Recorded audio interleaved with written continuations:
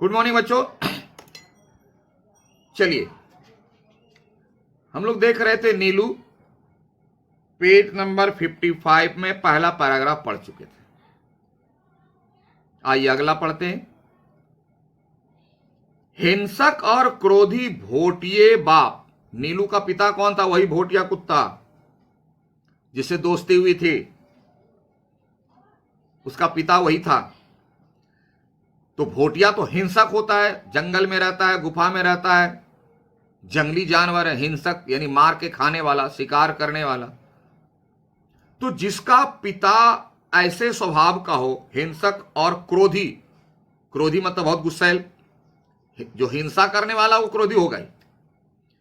भोटिये बाप और आखेट प्रिय, आखेट कहते हैं शिकार, जिसको शिकार अच्छा लगता है, यानी जिसको दूसरों को मारना अच्छा लगता है, शिकार खेलना, हंटिंग करना। अल्सेशियन मां से जन्म पाकर भी उसमें हिंसा प्रवृत्ति का कोई चिन्ह नहीं था। यानी जिसके पिता यानी भोटिया कुत्ता हिंसक हो, क्रोधी हो, मार के खाने वाला हो, उसका पुत्र नीलू इतना शांत स्वभाव का, इतना सुंदर स्वभाव का, बड़ा आश्चर्य। कोई प्रवृत्ति मतलब स्वभाव, यानी हिंसा मार काट करने का स्वभाव ही नहीं था इसमें, कोई चिन्ह नहीं था। 13 वर्ष के जीवन में भी उसे किसी पशु पक्षी पर झपटते या मारते नहीं देखा था। 13 साल तक महादेवी के घर में रही वह, जन्म से लेकर के। महादेवी बोलती है कि आज तक उसे किसी छोटे से छोटे पक्षी पर भी झपटते नहीं देखा, ना मारते देखा, ना गुस्सा करते देखा। और आजकल के कुत्ते को देखो, मार के खा जाए। यानी इतने सुंदर स्वभाव का, इतना सज्जन, इतना अहिंसक, जैसे लगता कोई संत है। ये नीलू जानवर नहीं, कोई महासंत है। अब देखो इसका प्रमाण देती है। मेरे बंगले में, यानी दीदी के बंगले में, रोशनदानों में, रोशनदान मतलब खिड़की, वेंटिलेशन जो ऊपर रहता है, ऊपर जो वेंटिलेशन रहता है ना हवा के लिए, प्रायः गौरैये तिनकों से घोंसला बना ले। गौरैया छोटी चिड़िया जो घर में आप लोगों के भी होगा, घोंसला बना लेती। मुझे उनके परिश्रम पूर्वक बनाए हुए घोंसले उजाड़ना अच्छा नहीं लगता। हम लोग क्या कर रहे हैं, गंदा लगता है, घास का तिनका गिरता है, हटा। महादेवी नहीं हटाती थी, क्योंकि वह सोचे अगर उसे हटा दिया जाए तो वह तो उसका घर है, उसका आशियाना है, और किसी के घर को उजाड़ना अच्छी बात नहीं है। महादेवी नहीं उजाड़ती थी, रहने देती थी। क्यों? पहले बताया उनका स्वभाव ही ऐसा था। अतः कालांतर में, इसलिए कुछ दिन बाद पक्षी जब अपना घर बना लिया, घोंसला बना लिया, तो अंडे भी वहीं देने लगे। उनमें अंडों और पक्षी शावकों की सृष्टि बस जाती थी। सृष्टि मतलब संसार बस गया, अंडे हुए, बच्चे हुए, भाई बहन हुए, घर बना लिया, रहने लगे वहीं।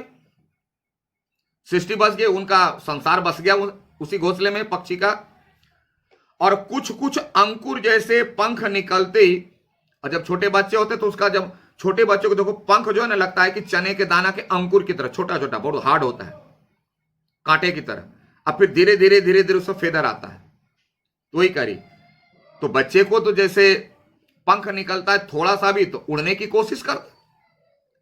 आदमी के बच्चे भी के देखो, जब पहले चलना सीखता, देखो कहां भागेगा पता नहीं, घुड़कते घुड़कते कहां चला जाता है, पलंग के नीचे, तो किसी के दूसरे के रूम में, कहां कहां चला जाता है। क्यों? उसे के पैर नए होते हैं तो वह चलना ज्यादा पसंद करता है, वह रोकने पर भी नहीं रुकेगा।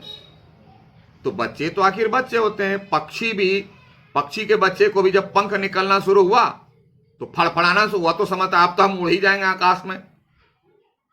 और इससे होता क्या था कि कुछ कुछ अंकुर जैसे पंख निकलते हुए पक्षी शावक, यानी पक्षियों का बच्चा, उड़ने के असफल प्रयास में, यानी उड़ने की कोशिश करता था, लेकिन सक्सेस नहीं होता था। तो होता क्या था, रोशनदानों से नीचे गिरने लगते थे। अब इतना छोटा तो वेंटिलेशन है, उड़ने की कोशिश किया, किनारे पाया, गिर गया, नीचे नीचे गिर जाता था। और क्या होता था देखिए, इन दिनों नीलू उनके सतर्क पहरेदार का कर्तव्य संभाल लेता था। जैसे ही बच्चा गिरता था तो गिरने से आवाज होगी, और जहां आवाज हुई तो नीलू समझ जाता था कि ये आवाज जो है बच्चे के गिरने की है। हम लोग पहले ही चर्चा की कि उसको जो है साउंड बहुत ज्यादा पकड़ता था कि किधर से आया, किस चीज का साउंड है, इसमें बहुत एक्सपर्ट था पकड़ने में, और तुरंत दौड़ के चला आता था, और जहां बच्चा गिरा हुआ वहां खड़ा हो जाता था गार्ड की तरह, कोई इसे हानि नहीं पहुंचा सकता है। क्यों? कि दीदी को पहले बताया महादेवी घर में बहुत सारे जानवर है ना, घूमते रहता था घर में। अब बड़े बड़ों के लिए बाहर आंगन में चिड़िया खाना की तरह जाल बना दी थी, और जो छोटा वगैरह था सब घर में घूमते रहा, टेबल पर पड़ा है, टेबल पर घूम रहा है, घर में घूम रहा है, बिछावन पर घूम रहा है, सब ऐसे घूमते रहता था। तो नीलू को डर हो जाता था कि छोटा बच्चा है, कहीं कोई जानवर कुछ खा ले, तो तुरंत दौड़ के चला आता था। और आता था तो करता क्या था देखो, उसके भय से कोई भी कुत्ता बिल्ली उन नादान उड़ने गिरने वालों को हानि पहुंचाने का साहस नहीं कर पाता। तो और सभी तो जानवर था, घूमते फिरते रहता था, तो वो लोग थोड़ा, सब में बदमाश होता है, क्लास में तुम्ही लोगों को सब थोड़े, कोई बहुत सीधा साधा, कोई बदमाश। तो दीदी के कमरे में जितने जानवर रहते थोड़ा कुछ बदमाश भी था, हल्का फुल्का। तो नीलू जो है जैसे आवाज हुई तुरंत वहां जाके पहुंच गया, और दूसरा जानवर सोचा कि कुछ खाने पीने को मिलेगा, दौड़ा। जैसे ही नीलू को देखता था बस उसकी सिट्टी पिट्टी गुम हो गई। फिर उसकी हिम्मत नहीं है कि उसके सामने जाए। नीलू को देखते ही सबकी सिट्टी पिट्टी गुम हो जाती थी, एकदम रक्षक की तरह वो खड़ा रहता था, आ जाओ, किसकी हिम्मत है उसको हानि पहुंचाने को, पकड़ो, बताते हैं तुमको। सब दूर से ही देखता रह जाता, या तो वापस चला जाता था। कभी कभी बहुत छोटे पक्षी शावकों को पुनः घोंसले में रखवाने के लिए वह उन्हें हौले से मुख में दबाकर मेरे पास ले आता था। तो कभी तो पता चल गया तो घर के नौकर हैं वो रख दिया, दीदी को पता चल गया रख दिया। और कभी लेट हो गया तो नीलू सोचता था कि वो अभी किसी को सूचना नहीं मिली है लगता है, तो मुंह से बहुत हल्के से पकड़ करके वह दीदी के पास चला जाता था कि दीदी देखो यह गिर गया, इसे फिर घोंसले में रखवा दो। कितना समझदार था। मुख में दबाकर मेरे पास ले आता, और जब तक रोशनदान में सीढ़ी लगवाकर मैं उस बच्चे को घोंसलों में पहुंचाने की व्यवस्था न कर लेती, तब तक वह या तो बड़ी कोमलता से उन्हें मुंह में दबाए खड़ा रहता, या मेरे हाथ में देकर प्रतीक्षा की मुद्रा में देखता रहता। जब तक उस पक्षी के बच्चे को घोंसले में नहीं रखवा देती थी दीदी, तब तक वो वहीं खड़ा रहता था, जैसे लगता उसी का बच्चा है। इसके लिए वो दो काम करता था। पहला कि मुंह से उठाकर दीदी के हाथ में दे देता, ये लीजिए, और दीदी के हाथ में देकर भी जाता नहीं था, वो वहीं खड़ा रहता था। वो अपनी आंखों से देखता था कि हां अपने या नौकर को देकर के रखवा दिया गया है, वह वहां पहुंच गया अपनी घोंसले में, तब वह जाता था। सोचो कितना रिस्पॉन्सिबल है। देकर भी नहीं चला जाता था, या दीदी को अगर अपने रखना पड़ता था तो वह खड़ा रहता था मुंह में लेकर के हल्के से, सीढ़ी लाएगी वगैरह तब ना। इतना समझदार, इतना दायित्व वाला। सवेरे नियमानुसार, नियमानुसार मतलब उनका डेली का रूटीन था उसका, जब मैं मोर खरगोश आदि को दाना देने निकलती कहां बोते, वो पीछे बागीचे में जो अपना है गार्डन में, पूरा नेट टाइप का बनाए हुई थी।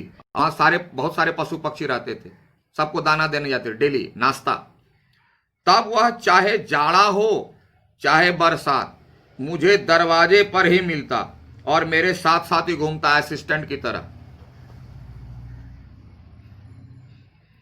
असिस्टेंट की तरह नीलू दीदी के साथ हमेशा घूमता रहा। वो जाड़ा गर्मी बरसात उससे कोई लेना देना नहीं, ड्यूटी इज ड्यूटी। इसको कहते हैं सेवा भाव, जो परिस्थिति से बंद नहीं होता है। नीलू को देख लो, इस पशु में इतनी समझदारी है कि सेवा किसे कहते हैं। पक्षियों के कक्ष में, कक्ष मतलब पक्षी का जो बना हुआ था नेट, 2 फुट ऊंची दीवार पर जाली लगी हुई थी, 2 फुट ऊंची, क्योंकि पक्षी जो है उड़ सके। नीलू दीवार पर दोनों पंजे रखकर खड़ा हो जाता इस तरह से, और अपनी गोल गोल आंखें घुमाकर प्रत्येक कक्ष यानी सब में देखता, कहां कहां कौन है, क्या है, कहां कमी है, और उसमें रहने वालों का निरीक्षण करता रहता, देखता रहता खड़ा होकर के कौन खा रहा है नहीं खा रहा है, कोई बदमाशी तो नहीं कर रहा है, किसी को तकलीफ तो नहीं है। इतना गार्जियनशिप कभी सोचोगे तो बड़ा आश्चर्य लगेगा। एक पशु होकर और सबके सो जाने पर, यानी जब सभी व्यक्ति पूरा मोहल्ला सो जाता था, सब पशु पक्षी अगर सोने के मूड में आ गया तो वह गर्मियों में बाहर लॉन पर और सर्दियों में बरामदे में तख्त पर बैठकर, तख्त मतलब प्लेन, पहरेदारी का कार्य करता। गर्मी में बाहर लॉन में घूमता था और ठंडे में भीतर बरामदे के तख्त पर बैठकर वॉचमैन का काम करता था, सैनिक का काम करता था। रात में कई बार वह पूरे कंपाउंड का, और रात में उठ करके पूरा कंपाउंड घूमता था वह, कहीं चोर तो नहीं है कोई, कहीं कुछ गड़बड़ तो नहीं है। बीच बीच में उठकर पूरे कंपाउंड का चक्कर लगाता था वह, और पशु पक्षियों के घर का चक्कर लगाता रहता। और पशु पक्षी का जहां नेट बना हुआ तो वहां भी जाके देखता, कोई सोया तो ठीक है ना, कोई झगड़ा तो नहीं कर रहा है, कहीं कोई बाहर से जानवर आकर के उसे तंग तो नहीं कर रहा है। सोचो कितना रिस्पॉन्सिबल। बोलोगे दीदी को कैसे पता चलता? हाँ, दीदी बीच बीच में उठकर देखती थी, तो फॉलो करती थी, नोटिस करती थी कि यह तो अभी कहां गया, तो देखता वो चक्कर लगा रहा है, पशु पक्षी को झांक झांक करके देख रहा है, उसके चारों ओर घूम घूम के देख रहा है कि कोई सांप बिच्छू कोई उसे हानि तो नहीं पहुंचा रहा है। इतना रिस्पॉन्सिबल।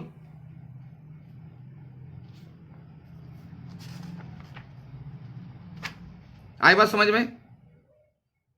तो चलिए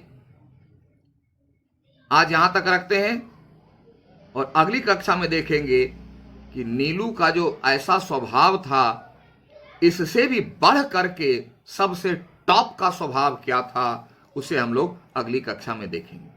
तो चलिए आज यहां तक दाग लगा दीजिए। तब तक के लिए thank you, have a nice day.